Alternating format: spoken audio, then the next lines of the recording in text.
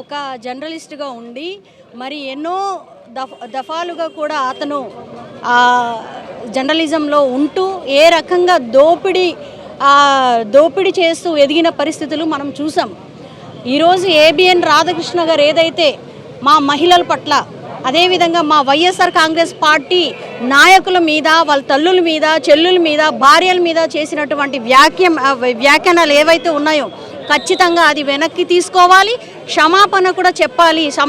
క్షమాపణ చెప్పినా కూడా అది తీరదు. యాక్చువల్గా అతనికి చెప్పుతోనే దెబ్బ ఉండాలనేసి కూడా మేము కోరుకుంటున్నాము.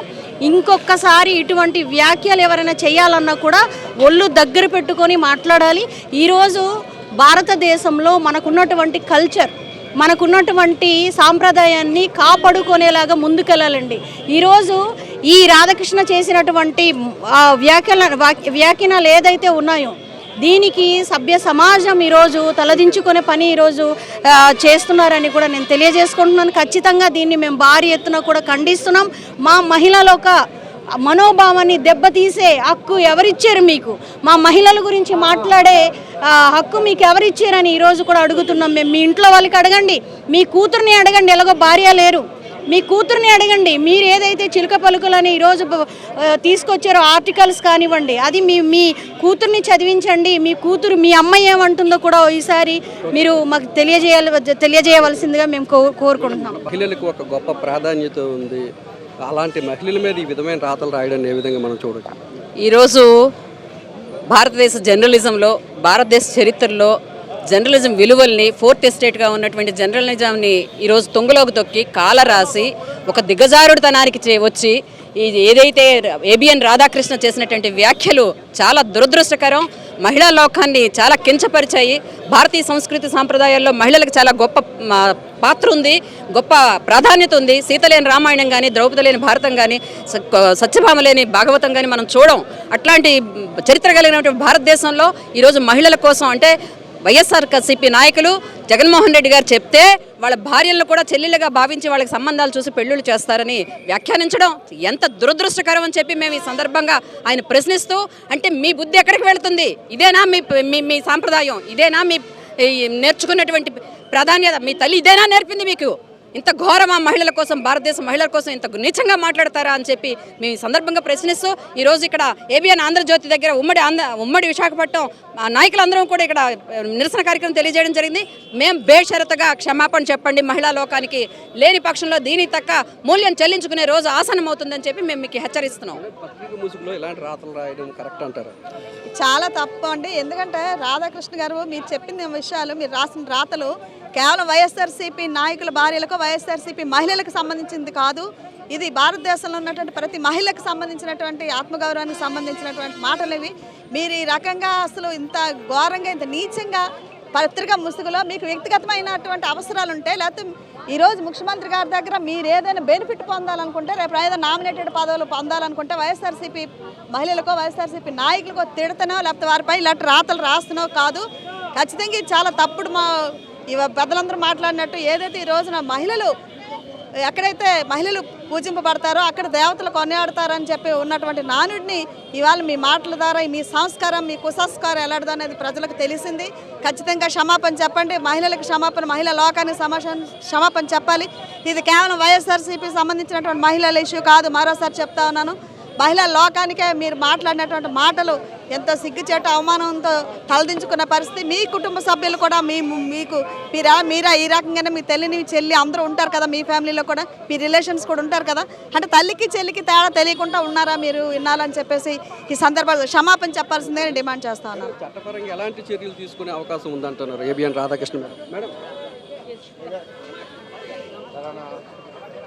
ఈరోజు అంబేద్కర్ గారు ఇచ్చిన ఈ రాజ్యాంగంలో మహిళలకి సమాజంలో సమ ప్రాధాన్యత ఇవ్వాలని చెప్పడం జరిగింది. అలాంటిది మీరు ఒక జర్నలిజం చేస్తూ మహిళల పట్ల కించపరుస్తూ ఇలాంటి నీచ రాతలు రాసినందుకు మిమ్మల్ని చట్టం దృష్టిలో డిఫమేషన్, పరువు నష్టం దావా వేసి యావత్ భారతదేశం మహిళలందరికీ కూడా ఇది వర్తిస్తుంది. అందరూ కూడా ఇవాళ పరువు నష్టం దావా వేస్తే మీ యొక్క పరిస్థితి ఏమిటో కొద్దిగా ఆలోచించుకోండి. ఈరోజు మీరు ఏబిఎన్ సంస్థలో పనిచేస్తున్న సంస్థను కూడా మీరు అమ్ముకోవాలి. మిమ్మల్ని అయితే సపోర్ట్ చేస్తున్న మీ సీఎం గారు కూడా వారి యొక్క ఇలాంటి తీవ్రమైన ఇలాంటి వ్యాఖ్యల్ని ఖండించుకుంటా మిమ్మల్ని సపోర్ట్ చేస్తున్న వాళ్ళ మీద కూడా మేము చట్టపరంగా ఈ చర్యలు తీసుకోవాలని ఈరోజు మహిళలందరూ కూడా తీవ్రంగా ఖండిస్తూ ఉన్నారు. ఎవరూ కూడా దీన్ని సహించేది లేదు. మేమందరం కూడా మీరు క్షమాపణ చెప్పినంత వరకు కూడా ప్రతి ఒక్కరూ ఇలాగే పోరాటాలు చేస్తామని తెలియజేస్తాం. చెప్పండి, ఈ రోజు ఇంత పెద్ద ఎత్తున ఏబిఎన్ ఆంధ్రజ్యోతి కార్యాలయం ముందు నిరసన చేయడంలో గల కారణం ఏముందండి, ఎప్పుడైనా ఎవరికైనా ఏదైనా కష్టం కలిగిందంటే మీడియాని లేదా పోలీసు వాళ్ళని సంప్రదిస్తారు. ఇప్పుడు పోలీస్ డిపార్ట్మెంట్లోనే న్యాయం జరగట్లేదు, ఇటు మీడియా దగ్గరికి వచ్చేసరికి మీడియాలోనూ కూడా న్యాయం జరగట్లేదు. అతి ముఖ్యంగా బమ్మిని చేసే వ్యక్తి ఎవరైనా ఉన్నారంటే అది రాధాకృష్ణ గారు. చూస్తుంటే చాలా దరిద్రం అనిపిస్తుంది. అలాంటి వ్యక్తిని ఇంకా చర్య తీసుకోవట్లేదు. ఆడవాళ్ళు అంత తక్కువ చేసి మాట్లాడడం అనేది చాలా అసహ్యంగా ఉంది.